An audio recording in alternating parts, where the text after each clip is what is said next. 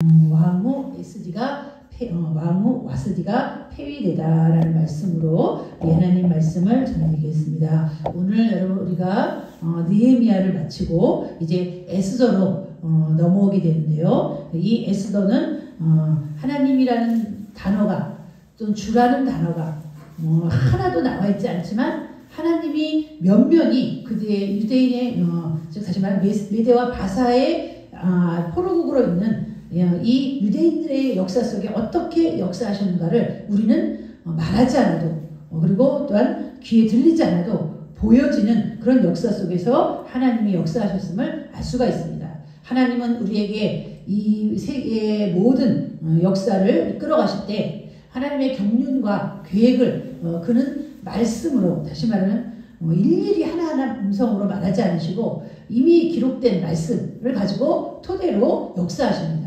그렇기 때문에 오늘 지금 특별히 이스라엘 백성들은 하나님 앞에 심판을 받고 하나님 앞에 또한 책망을 받고 징계를 받기 위해서 바벨론에게 포로로 끌려갔다가 바벨론이 망하고 바벨론을 이긴 메대와 바사가 다스리게 됐습니다. 그러니까 이 연속해서 계속 포로국으로 지나게 되는 그런 상황인 것입니다. 그러니까 메대와 바사라는 이 나라는요 모든 다른 조그마한 소국가들이 모여서 한 나라가 된 거예요. 그래서 오늘 본문에 보니까 127도 인도로부터 구스까지 이 메대와 바사가 먼저 바벨론이 점령한 나라들이 있고 또 메대와 바사가 바벨론을 먹으면서 그 바벨론의 나라를 다 자기가 속국으로 삼고 그리고 메대와 바사가 또 다른 여러 나라들을 침략해서 속국으로 삼아 그 나라가 장장 127개국이라는 작은 나라들이 메대와 바사에 속한 큰 대국이 되었던 것입니다. 이 큰 대국의 왕이 아하수에라는 사람인데 이 큰 대국에 비해서 유대 나라는 얼마나 작은지 모릅니다. 마치 백사장의 모래알같이 백사장에 여러 수많은 모래들이 모여 해변이 됐잖아요. 해변에 있는 그 모래 작은 알갱이 하나에 불과하는 나라가 유대입니다. 그런데 그 유대 나라가 어떻게 하나님이 그들을 이 메대와 바사국에 큰 영향력 있는 나라로 만드셨는지 여러분 한번 살펴보시기 바랍니다. 그 메대와 바사라는 큰 나라의 왕후가 유대인의 여자인 에스더라는 사람을 하나님이 세우기까지 어떤 역사를 펼치셨는지 여러분들 살펴봐야 됩니다. 우리가 성경의 역사는요 역사의 스토리가 중요한 게 아니라 그 스토리 속에 하나님이 어떻게 개입하시고 주관하시고 이 스토리를 이끌어 가시는가를 한번 봐야 됩니다. 그게 중요해요. 역사의 주관자가 누구냐, 이 역사를 만들어 가시는 분이 누구냐, 역사를 이끌어 가시는 분이 누구냐, 이것이 중요하다는 것을 알 수가 있습니다. 아멘. 오늘 여러분도 하나님을 바라볼 때 이런 통시적인 눈으로 하나님을 바라봐야 돼요. 이 대한민국을 하나님이 어떻게 바라보고 계시는가, 어떻게 이끌어 가시는가, 전 세계를 하나님이 어떻게 역사의 수레바퀴를 이끌어 가시는가, 이것을 우리는 성경을 통해서 바라봐야 돼요.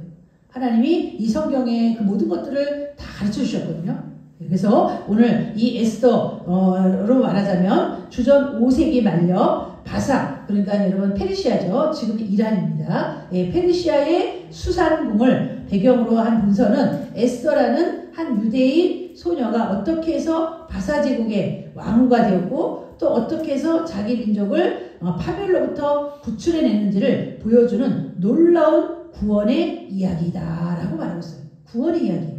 그래서 하나님은 이 하만이 아주 간교한 계략을 세우는 것을 하나님 아시고 이 간교한 계략을 무너뜨리기 위해서 준비한 일꾼이 있는데 그 준비한 일꾼이 에스더와 모르드게입니다. 이 에스더와 모르드게를 미리 하나님이 딱 장착시켜 놓고 그리고 하만의 계획을 하나님이 어떻게 무너뜨리시는지 여러분 기가 막히게 우리가 여기서 살펴볼 수가 있습니다. 하만의 계략이 한순간에 무너지는 것을 우리가 볼 수 있어요. 하만이 자신이 무너지는 것도 모르고 그 왕의 거의 국무총리까지 이르는 그 자리까지, 아니 왕의 자리까지 넘어오는 그런 자리까지 이르렀다가 한순간에 하나님이 모르드게를 높이면서 그리고 이 모르드게 유대민족을 멸살하려는 그런 계획을 가지면서부터 그는 망하기 시작했어요.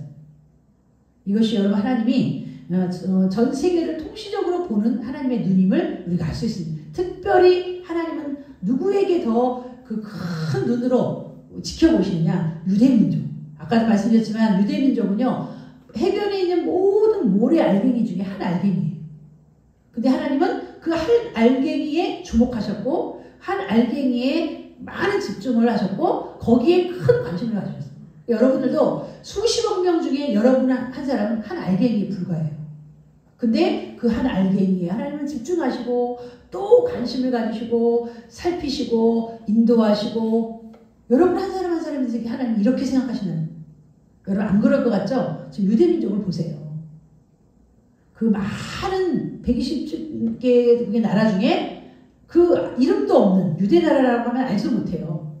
그 이름도 없는 민족을 하나님이 어떻게 구원해내시는지, 우리는 하나님의 역사를 보게 될 줄 있습니다. 이것은 주전 464년에서 436년, 그러니까 예수님이 탄생하시기 전 400년 전의 일이에요. 400년 전. 그러니까 예수님의 도래할 때가 얼마 남지 않은 거죠. 400년 정도밖에. 예. 이 400년의 기간은 암흑기라고 해가지고요. 하나님이 이 에스더가 모르드게의 사건 이후로는 하나님이 침묵하십니다. 말씀하지 않으세요. 꿈으로도 선지자로도 종으로도 아무 말씀도 하지 않는 이 침묵의 암흑기가 바로 400년, 300년, 예수님 오시기 전에 300년 시대, 그때 암흑을 깬 사람이 바로 세례요한입니다. 그래서 사람들이요, 많은 관심을 가진 거예요. 아무 선지자도 없고, 아무 하나님의 예언도 없고, 그런 때에 세례요한이 광야에서 외치는 자의 소리로 나타나 회개하라, 천국이 가까웠다 하니 사람들이 얼마나 반가웠겠습니까? 그런데다가 그렇게 갈급한 때에 예수님이 탄생하셨어요. 세례요한 뒤에 바로 예수님이 그대의 구세주와 메시아가 오셔서 그대에게 복된 소식을 전하는 아주 놀라운 마지막 하나님의 종인, 마지막 하나님의 선지자인 하나님의 아들 예수님을 하나님이 적재적소에 보내신 겁니다. 그래서 오늘 우리는 이것을 살펴보므로 하나님은 모든 역사와 그리고 특별히 하나님의 자녀들을 주관하시는 분이심을 아시고 오늘 하나님 어떻게 주도해 가시는지 한번 살펴보시기를 주님의 이름으로 축원합니다. 아멘. 1절에서 5절 말씀 다 같이 보시고 1절에서 5절입니다. 큰 소리로 다 같이 한번 봉독해 주시기 바랍니다. 안 읽는 사람 없이 다 같이 읽어주세요. 시작. 이는 아합세로 왕대에 있었던 일이나 아합세로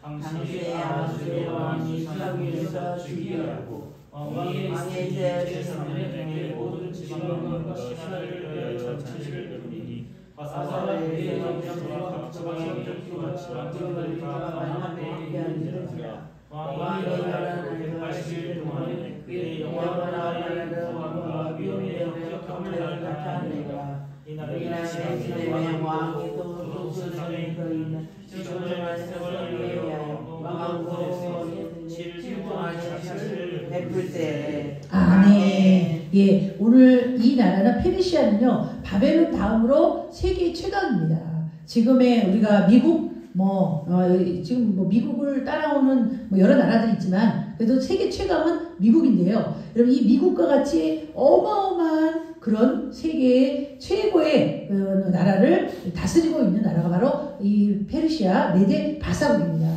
그 메데 바사국이 얼마나 큰지 오늘 가르쳐줬는데 인도로부터 구스까지 127지방. 여러분 인도면 아시아에 속하잖아요. 그리고 이 구스는 아프리카가 아니고 애국 바로 위에 있는 그런 그 나일강 상류 쪽에 있는 그런 나라예요. 이 구스까지, 그러니까 거의 이스라엘 유대 나라까지 다 포함하여 127개국을 자신의 나라로 소유로 삼고 있는 어마어마한 큰 나라입니다. 어마어마한 이 큰 나라를 누가 다스렸냐? 아하수에로라는 왕이 이 나라를 다스렸어요. 여러분 이 아하수에로 왕은 자신이 영토를 침략해서 빼앗은 나라가 아니라 이어받은 왕입니다. 그러니까 아버지의 그 왕위를 이어받은 아들이 지금 나라를 다스리고 있는 거예요. 그래서 굉장히 무능력해요. 그래서 그리고 무능력한 자의 특징이 무엇입니까? 그 유흥을 즐기고 연락하고 그렇게 그런 것들을 좋아하는 나라와 백성보다는 자신의 안위와 자신의 그 쾌락을 따라가는 자가 바로 이런 그 왕임을 우리가 알 수 있습니다.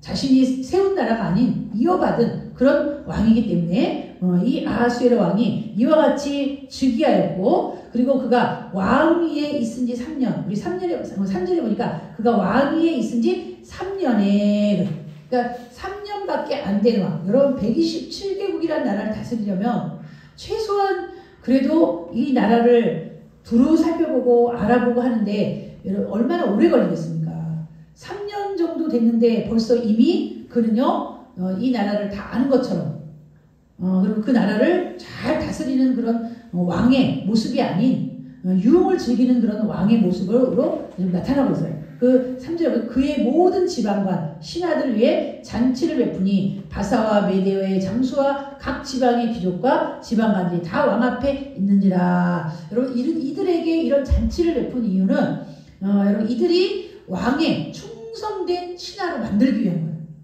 그러니까 자신을 아주 충성되게 섬기라고 왕이 호의를 베푼 겁니다. 호의를 베푸는 그런 잔치였어요. 왕에게 너희 생명을 바쳐라. 왕을 위해서. 지금 이 사람들은 지방관이라는 건 127개국의 수장들이에요. 수장들. 120각 도와 각 나라 각 지방의 머리들, 지도자들, 그들을 다 불러 모아가지고 잔치를 베풀면서 호의를 베풀며 나를 위해서 너희들 지방을 잘 다스려라.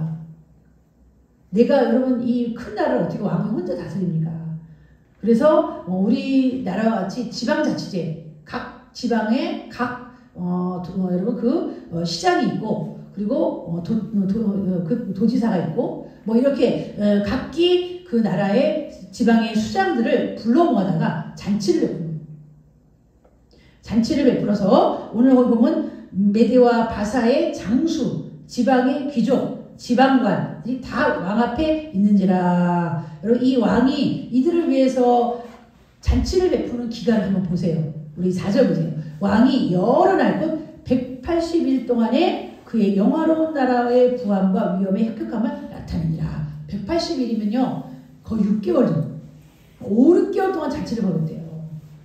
그리고 어마어마한 그런 이 잔치에 소비되는 그 재정의 난을 그들은요 하나도 고려하지 않고 하루도 아니고 이틀도 아니고 한 달도 아니고 거의 6개월 가까이 그 잔치를 베풀었다는 거예요.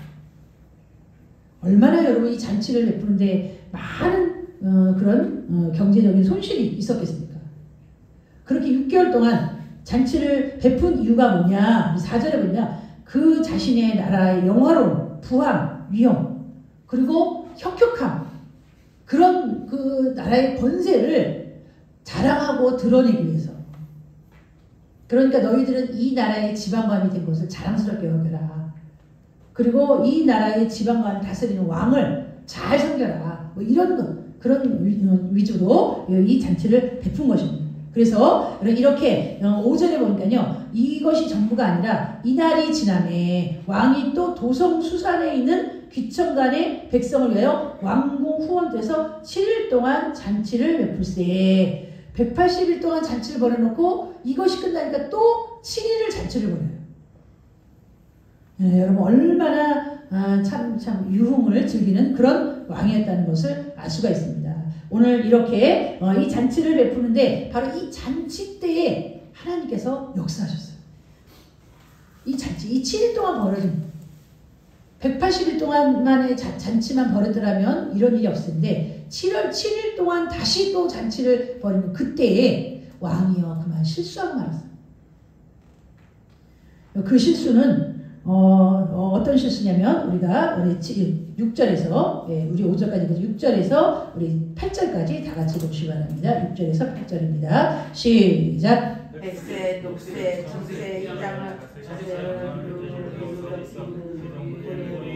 금과 은으로 만든 세상을 속에서 있었던 땅에 건설하고 금장이어서 만지게 하는 왕에게 달려 왕의 공전과 마시는 것도 법도가 있어 사람을 억지로 하지 각 사람의 마음대로 하게 함이더라. 아멘. 예, 이것은 도성수산. 여기서 도성수산은 바로 왕궁이 있는 그 수산성에서 잔치가 벌어졌는데 그 잔치의 화려함은요, 보니까 청색, 녹색 휘장을 자색 가는 배줄로 대리석 기둥을 장식하고, 그리고 여러분 보세요. 금과 은으로 만든 걸상, 의자입니다. 의자가 뭘로 만들었어요? 금, 은. 그리고 화관석, 백석, 운모석, 흑석을 깐 땅. 이거는 온갖 아름다운 돌들을 거기 바닥에 다 깔아놓고 금과 은으로 된 여러분 의자를 갖다 놓고 백성들이 와서 한없이 마시도록 그렇게 했던 것입니다. 그래서 오늘 보세요. 7절 금잔으로 마시게 하니 의자도 금이요 또 잔도 금이요 그리고 어주를 한이 없이 오늘 보면 왕이 풍부하였으므로 어주가 한이 없으며 어주가 무엇입니까? 술이에요. 술이 끊임없이 계속해서 마시면 또 갖다 줘. 마시면 또 갖다 줘. 오늘 이런 일들을 벌일 수 있었던 것은 거기 7절입니다. 왕이 풍부하였으므로. 여러분 180일이 아니라 거의 187일 동안 거의 1년에 6개월 동안을 잔치를 벌이는 데에는 이 메대와 바사의 상대가 되는 나라가 없었기 때문에 만약에 여러분 상대가 되는 나라가 있었다면 이때에 침략하기 딱 좋아요. 근데 자신의 나라를 감히 침략할 나라가 없다는 걸 알기 때문에 마음껏 그냥 잔치를 벌여요. 국방은 돌아보지 않고 나라는 돌아보지 않고 그냥 잔치를 국민도 흥청망청 그리고 지도자들도 흥청망청 왕도 흥청망청 여러분 이런 조그만 나라나 아니면 어떤 대적이 빈번하게 침략하는 그런 나라가 이렇게 잔치를 벌일 수가 있습니까? 없어요, 여러분. 여차하면요, 대적이 침입해서 자신의 전쟁을 일으킬 텐데 어떻게 일으키고? 그런데 그들은 전쟁할 상대가 없기 때문에 아무도 그들에게 견줄 나라가 없어요. 그러니까 마음껏 잔치를 벌여요.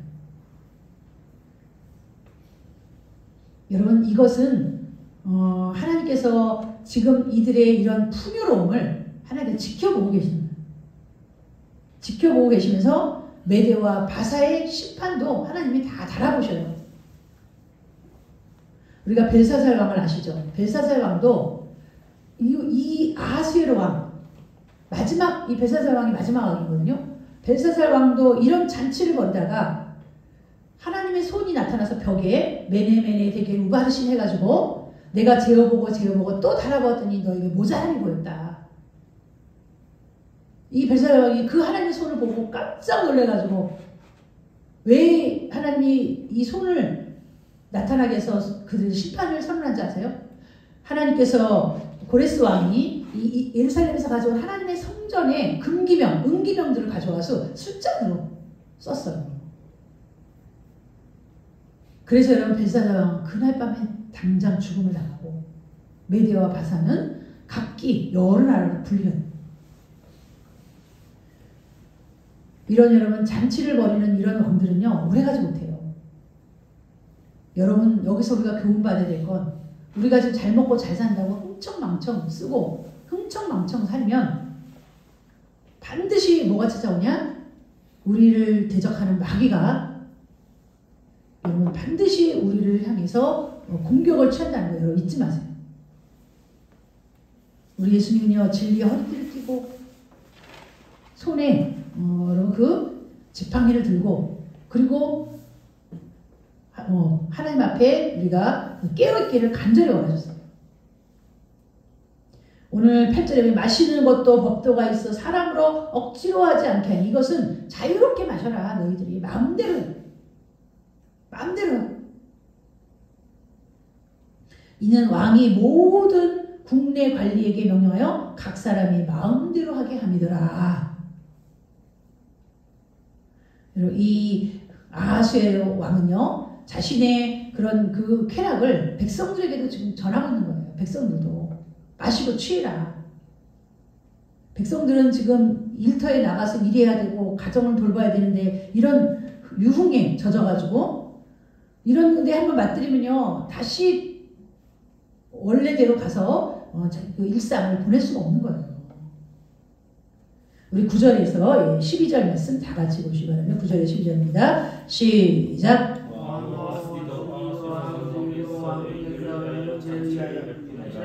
제7의 왕의 일어나서 이런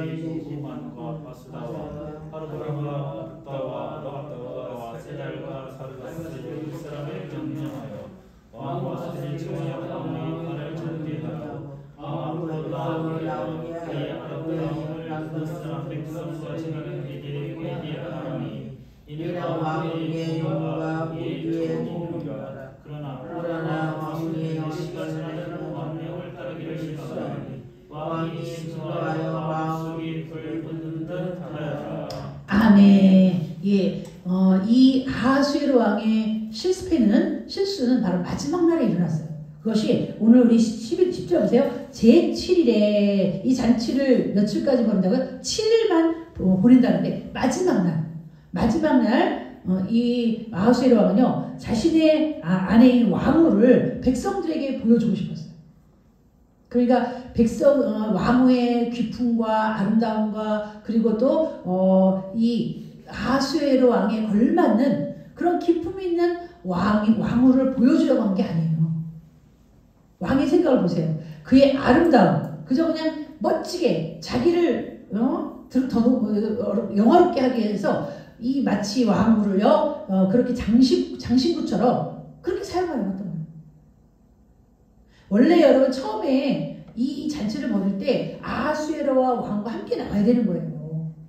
근데 자기가 실컷 자기 혼자 영광 다 누리고 마지막에 가서 자랑하려고 자기의 영화로움을 더 자랑하려고 왕후를 부른 거예요. 자, 오늘 거기가 어디냐면요. 우리 11절 우리가 왕후 와스디를 청하여 왕후의 관을 정지하고 왕 앞으로 나오게 하여 그의 아리따움을 무 백성과 지방관에게 보이게 하라. 자랑. 아멘.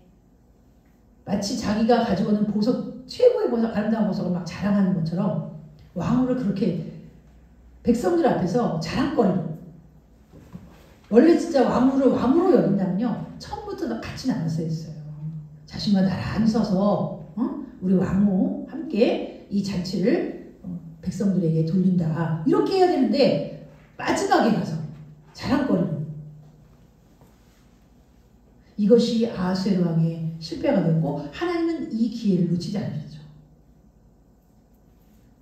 여러분 이 왕후 와스티가 모를까요? 그거를 보세요. 왕후가 왜 불렀는데 가지 않았을까? 왕후의 용모가 보기에 좋음이라 라는 말 있죠. 뭇백성과 지방관들에게 보이게 하라니 이는 왕후의 용모가 보기에 좋음이라. 용모.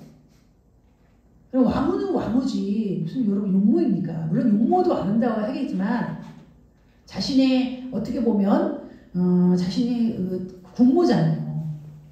그러면 함께 영광을 누려야 되는데 그저 용모만. 그때 이 와스디는요 그걸 알고 22절 보세요. 이 왕후가 깨어있는 사람이에요. 그러나 왕후 와스디는 내시가 전하는 왕명을 따르기를 싫어하니 왕이 진노하여 마음속이 불붙는 듯 하더라. 그리고 이 왕이 와스디를 부를 때 왕의 자세가 어땠냐면 술이 완전히 취해 있을 때 술 취한 중에 왕후를 불렀다는 거예요. 이거는 여러분 아니잖아요. 그죠? 한 나라의 왕후를 이런 식으로 대하는 건 아니에요. 7일이니까요. 다 끝나고 잔치가 다 끝나고 자신의 왕후의 아름다움만 자랑하려고 부른 겁니다. 그거를 와스티가 모르겠습니까? 많은 그 백성들의 그 지도자들 앞에서 왕후가 무슨 뭐 아름다움이나 뽐내는 뭐 그런 식으로 이 왕후를 부른 거예요. 그러니까 왕후가 가자는 거죠. 그랬더니 왕이 진노하여 마음속이 불붙는 듯 하더라. 지금 아하수에로 왕은요 취한 상태예요. 취했는데 왕의 말을 어겨? 내가 불렀는데 안 와? 괘씸한 거죠. 이런 분노와 이런 화가 오늘 이와 같은 그런 일을 또한 벌였는데 우리 13절에서 16절 말씀 다 같이 보시면 13절에서 16절입니다. 시작. 왕이 사례를 하는 천자들에게 낼 때에 왕이 그려와 법률을 하는 자에게 묻는 자가 있는데 그때에 왕이 가까이 가여 왕의 기색을 살피며 나라 젖자리에 앉은 자와 마사와 느리의 일곱 지방과 곧 바르스나와 스달과 아드마다와 다시스와 에르스와 마르스나와 문무간이라. 왕이 와스디가 시가 지나는 아하스 왕의 명령을 따르지 아니하니 그들은 하며 저기에 설치할까. 문무간이 왕과 지방 앞에서 대답하리는데 왕으로서 왕에게만 잘못했을 뿐이 아니라 왕으로 왕의 지방의 관리를 온 백성에게도 잘못하였나이다. 아멘. 아멘. 예, 우리 17절도 한번 읽어주세요. 17절입니다. 시작. 왕대로 왕이 명령하여 왕과 스를 정하지 못하였나이다. 왕의 소문이 모든 여인에게 전파되면 그들도 그들의 남편을 시하고 있으. 아멘. 예, 오늘 왕이 사례를 아는 형제에게 묻되, 여러분 사례를 안다는 건 이전의 왕들이 이런 경우는 어떻게 했는가 관습을 본 거예요. 이전의 왕들이 이렇게 왕후가 왕의 말을 듣지 않고 이렇게 했을 때 어떻게 하는가 사례를 살펴보았는데, 오늘 왕이 규례와 법률을 아는 자에게 묻는 전례가 있는데, 근데 그 전례대로 하지 않았다는 거. 그 전례대로 하지 않았다는 것을 어떻게 알 수 있냐면요, 우리 14절에 보니까 그때 왕에게 가까이하여 왕의 기색을 살피며, 여러분 그냥 왕의 전례, 그 전에 이전에 있는 왕들이 어떻게 행했는지를 살펴서 그대로 하면 되는데, 그런 전례가 없었거나 있어도 지금 이 사람들이 왕의 얼굴을 살폈다. 지금 왕은 지금 어떤 상태예요? 분노가 난 상태잖아요. 불붙는 듯 하다 그랬잖아요. 지금 왕이 잔뜩 화가 나 있는데 가서 왕이시여 하면서 왕이 지금 왕이 왕후를 부르는 건 잘못인데 이렇게 말을 어떻게 합니까? 원래 실상은 이거 잘못이에요. 원래는 이 메대와 바사의 법에 이 술자리나 이런 데 여자를 부르는 게 아니에요. 아내를 부르는 게 아닙니다. 그런데 왕이 분명히 잘못했군요. 그 말을 못하는 거예요. 왕이 그때 왕에게 가까이 왕의 기색을 살피며, 여러분 우리가 어떤 상황이라도 하나님의 말씀은 변개되면 안 돼요. 하나님의 말씀은요 1.1핵도 천지는 없으면 말씀은 변하지 않아요. 여러분이 상황이 안 좋다고 이런 상황일 때는 말씀을 변개해서 이렇게 하고 바꾸면 안 됩니다. 어떤 상황이라도 말씀은 똑같아요. 우리 앞에 누가 있을지라도 하나님 말씀은 변해서는 안 되는 거예요. 상황과 환경에 따라서 변하는 건 진리가 아닙니다. 하나님의 말씀은요, 우리의 상황과 환경에 따라서가 아니라 지키는 거예요. 진리니까, 변하지 않는 거니까. 그것을 따라가는 기준이에요, 기준. 삶의 기준이고 모든 것의 표준입니다. 이러니까 이렇게 바꾸고 저러니까 저렇게 바꾸고, 그런 행위들을 누가 했습니까? 유대인들이 있어요. 하나님의 말씀을 변개해서 장로들 유전을 만들고 막 더 확대하고 줄이고, 그래서 결국은 이렇게 하나님의 말씀의 정신은 떠나고 형식만 남게 되는 그런 상황이 벌어졌어요. 우리는 하나님의 말씀이 우리에게 주어졌을 때 그것을 왜 하나님 주셨는가, 여기에는 어떤 뜻이 있는가를 잘 살펴봐야 돼요. 자, 왕의 기색을 살피며 나라 첫 자리에 앉은 자 메세와 바다의 7 지방관들, 이들이 뭐라고 말하냐면, 오늘 우리 15절에 보니까 왕후 와스디가 네시가 전하는 아하수에로 왕의 명령을 따르지 아니하니 규례대로하면 어떻게 처치할까? 예, 그들도 고민했어요. 그렇다고 함부로 왕후를 내칠 수도 없고, 그렇다고 왕에게 왕이 잘못했습니다라고 말할 수도 없고, 아주 난처한 상황. 그때 그들은요, 어떤 핑계를 대냐면, 만약에 왕이 왕후를 불렀는데 오지 않았다. 그러면 이 소문이 백성들에게 다 전해져서 남편이 부르는데 아내가 오지 않는, 순종하지 않는 그런 것들이 백성들에게 전해지면 이것은 이 왕후에게, 이 나라에 큰 폐해가 된다. 그래서 이것은 반드시 분명히 이거에 대한 처벌을 내려야 된다. 이렇게 생각을 합니다. 그것이 오늘 여러분 그들이 얼마나 고민했는지 우리가 알 수가 있습니다. 예, 우리 16절, 17절에도 아수에르 16절에 무무간이 왕과 지방만 앞에서 대답해야 돼. 왕후 와스티가 왕에게만 잘못했을 뿐 아니라 아수에르 왕이 각 지방의 관리와 및 백성에도 잘못하였나이다. 분명히 여러분 왕후 와스티의 이런 행동이 백성에게 전해질 거예요. 그래서 아수에르 왕이 명령하여 왕후 와스티를 청하도 오지 않았다 하는 왕후의 행위의 소문이 모든 여인들에게 전파되면 그들도 그들의 남편을 멸시할 것인즉, 이건 한 왕궁에서만의 일이 아니다. 전 메데 바사의 모든 가정에 남편을 멸시하는 그런 풍조가 돌아서 가정의 기반이 깨지고 기초가 흔들리는, 이건 보통 일이 아닙니다. 그래서 그들은요, 이런 큰 결정을 내릴 수밖에 없었다라고 핑계를 대는 거예요. 우리 18절에서 20절 말씀 다 같이 보시면 18절에서 20절입니다. 시작. 오늘이라도 사와 왕후의 행위를 듣고 왕후의 모든 지방들이 그렇게 말하니 멸시의 분노가 많이 일어나니이다. 왕이 많이 좋게 여기시되 왕과 그들의 왕 앞에 오시는 평양을 내리기 사와 민족을